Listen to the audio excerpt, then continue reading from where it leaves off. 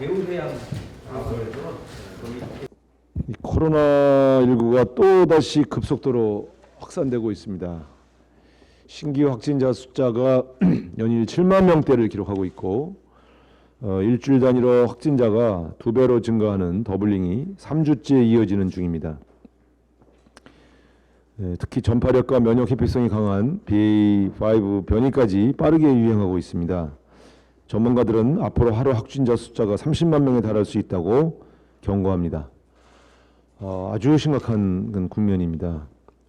경제 전반에 위기 경고 등이 켜진 상황에서 코로나 재유행을 조속히 안정시키지 못한다면 민생은 치명타를 입게 될 것이 뻔합니다.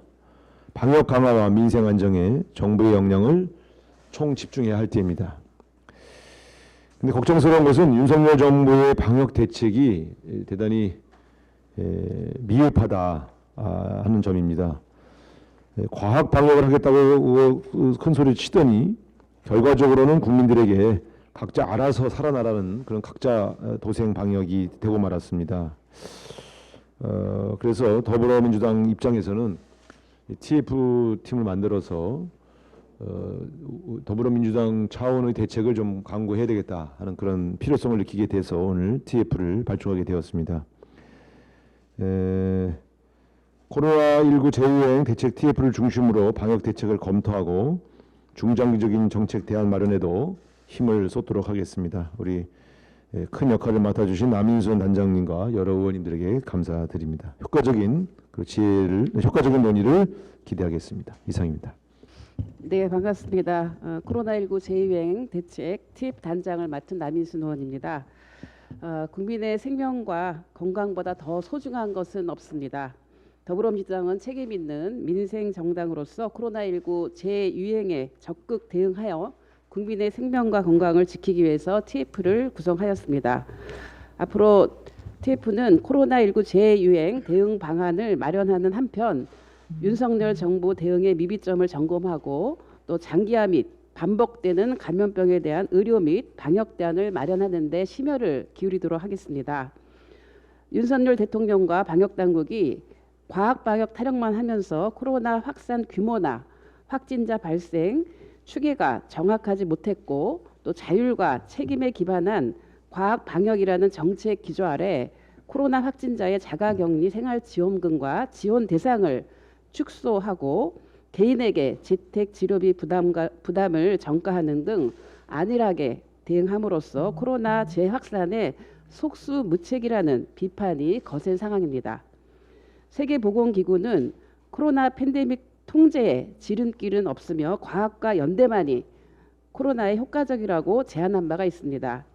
과학과 연대를 기반으로 한 선제적 대응으로 문재인 정부의 K방역은 외국에서도 호평을 받았는데 윤석열 정부와 국민의힘은 문재인 정부의 방역 체계를 정치 방역이라며 평가절하하고 매도하는 데 몰두해왔습니다. 국가적 감염병 위기를 정치적으로 악용할 것이 아니라 고위험군을 중심으로 한 백신 추가 접종과 감염자 격리, 치료에 만전을 기해서 코로나 확산세를 막고 치명률을 감소시키면서 취약계층에 대한 돌봄 공백을 최소화하고 코로나 재유행으로 불안해하는 중소상공인과 자영업자에 대한 대책 마련에 심혈을 기울여야 할 것입니다. 어제 권선동 국민의힘 대표 대행은 윤석열 정부의 원칙은 과학 방역이며 비과학적 거리두기는 없다라고 주장을 했습니다. 광범위한 사회 경제적 피해를 동반하는 사회적 거리두기를 다시 도입하지 않는다 하더라도 모든 국민이 방역의 주체로 참여해서 코로나19를 적극적으로 극복해온 사회적 거리두기를 비과학적이라고 폄훼하는 것은 납득하기 어렵습니다. 윤석열 정부가 과학 방역, 과학적 코로나 위기 관리를 주장한다면 미국과 영국 등 보건의료 선진국과 같이 실증적 연구를 통해서 과학적 근거에 기반한 방역 대책을 마련해야 하고 공개적이고 투명한 정책 결정으로 국민적인 연대와 협력을 통해서 코로나 방역을 추진해야 한다는 점을 다시 한번 강조합니다. 고맙습니다. 네, 직전 보건복지부 장관을 역임했기 때문에 저를 초청한 것 같습니다. 제가 델타 바이러스 굉장히 치명률 높았던 그런 상황에 최고점에 있었을 때 제가 취임을 해서 1년 반을 마치고 나왔습니다. 그래서 그런 과정에서 겪었던 여러 그 문제점들과 또 그 잘했던 부분들을 새로운 정부에서도 해 나가기를 바라는 마음으로 제가 참석을 했습니다.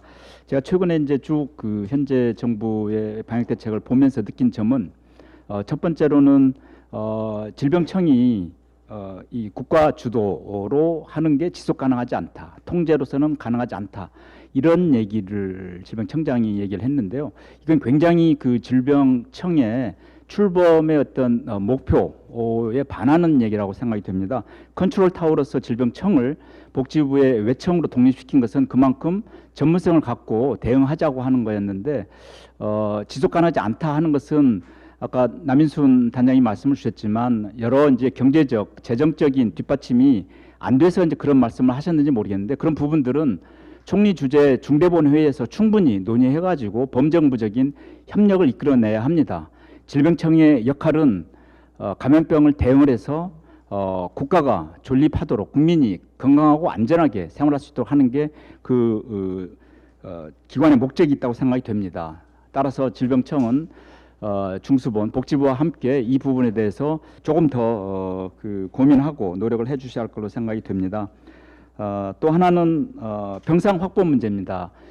병상은 이제 행정명령을 내렸다고 했는데요. 이게 확보하는데 1, 2주 이상 걸립니다. 따라서 그 전에 민간 병원을 지정해서 이런 코로나 대응에 중증 환자를 대응하도록 했는데 이게 지정 해제를 한 상태에서 다시 또 하면 어렵습니다. 따라서 예비적으로 하는 예비 병상이 충분히 확보가 돼야 합니다. 그 부분은 국가 예산으로 해야 합니다. 따라서 필요하다면 추경 혹은 내년 예산이랄지 또 다른 기정 예산 중으로 활용을 해야 합니다. 이 부분 지금 BA.5나 혹은 BA.2.75 소위 켄타우로스 이런 바이러스의 치명률이랄지 중증화율을 아직 모르는 상황이기 때문에 더 시급하게 확보돼야 한다고 생각이 되고요.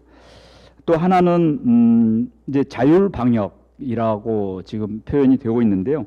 이 확진자가 제대로 격리되지 않고 치료받지 못하면 이 확진자가 숨습니다. 그런데 지금 정부에서는 그 생활지원금이나 유급휴가도 굉장히 이 30인만만 지금 유급휴가가 되고 생활지원금도 소득하위 일단 중위소득 100% 이하만 주고 있습니다.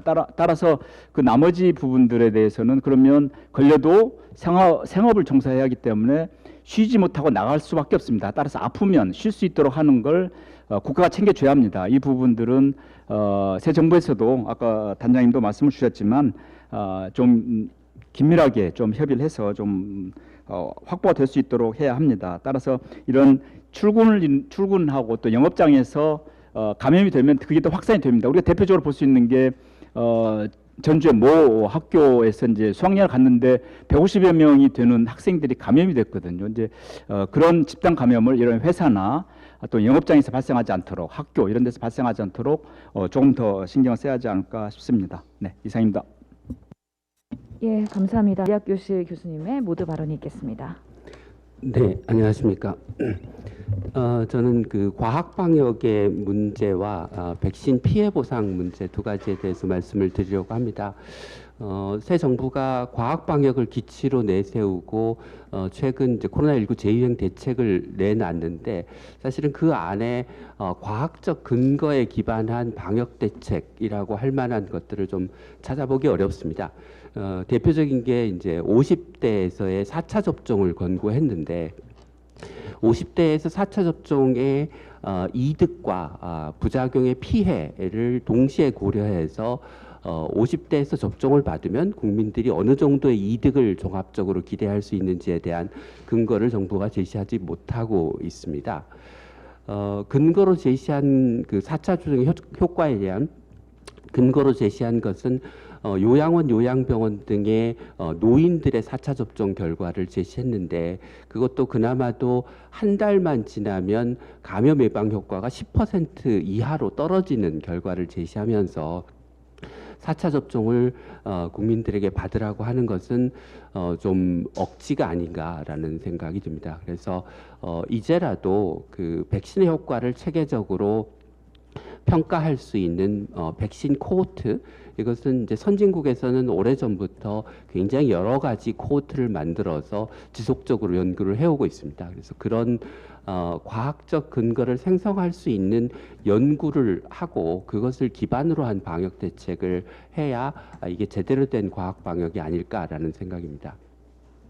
두 번째는 그 새 정부가 백신 피해 보상을 적극적으로 하겠다고 공약을 하고 국정과제로 제안을 했었는데 최근에 발표한 백신 부작용 피해 대책을 보면 실제로 별로 달라진 게 없는, 그러니까 기존에 인정을 받지 못하던 소위 4-2에 해당하는 백신 피해, 백신 접종 피해자들에 대한 보상 대책이 나와야 되는데 기존에 인정받던 4-1 이상에 대해서 보상의 금액을 올리는 대책을 내놓고 있어서 사실상 이제까지 백신 접종 피해자들이 제기했던 문제와는 전혀 다른 대책을 내놓은 것이 한계라고 생각합니다. 이런 문제들이 전반적으로 보면 윤석열 정부가 얘기하는 과학 방역과는 명실상부하지 않는 대책들의 결과인 거로 생각이 됩니다. 예, 이상입니다.